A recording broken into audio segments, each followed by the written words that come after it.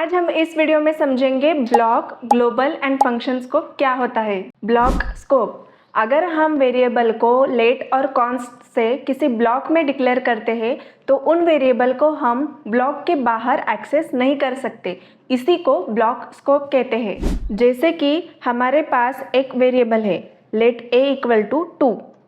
अब हम इस वेरिएबल को ब्लॉक में लिखेंगे। वो कैसे? तो हम इसे कर्ली ब्रेसेस के अंदर लिखेंगे। तो जो opening and closing curly braces है इनको एक ब्लॉक कहते हैं।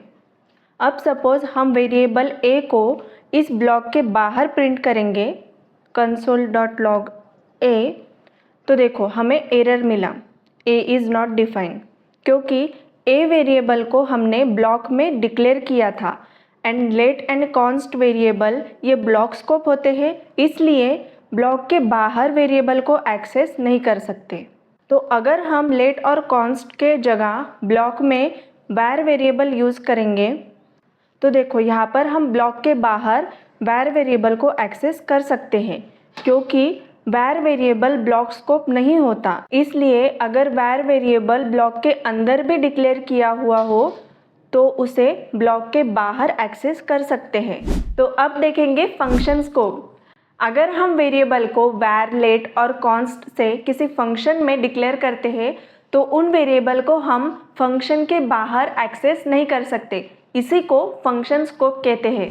जैसे कि हम यहाँ पर एक फंक्शन लेंगे, suppose function hello, curly bracket के अंदर अब हम यहाँ पर var a इक्वल टू 4 लिखेंगे।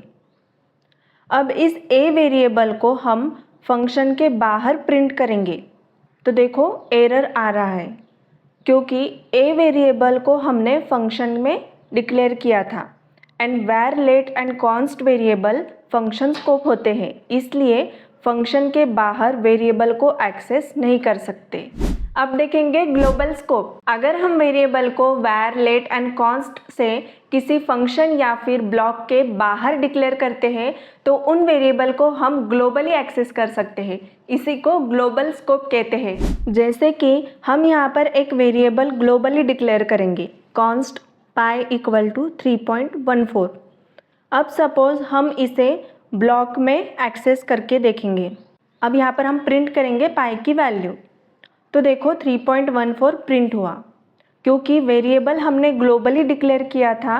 तो ग्लोबली डिक्लेयर वेरिएबल को हम जावास्क्रिप्ट प्रोग्राम में, ब्लॉक में या फिर फंक्शन में कहीं से भी एक्सेस कर सकते हैं, इसी को ग्लोबल स्कोप कहते हैं। आई होप आपको block, global and function scope क्या होता है ये समझ आया होगा। ऐसे ही वीडियो के लिए चैनल को सब्सक्राइब करो, बेल बटन पर क्लिक करो ताकि आपको लेटेस्ट वीडियो का नोटिफिकेशन तुरंत मिल सके। तो अब मिलते हैं अगले वीडियो में। Till then be happy, keep learning.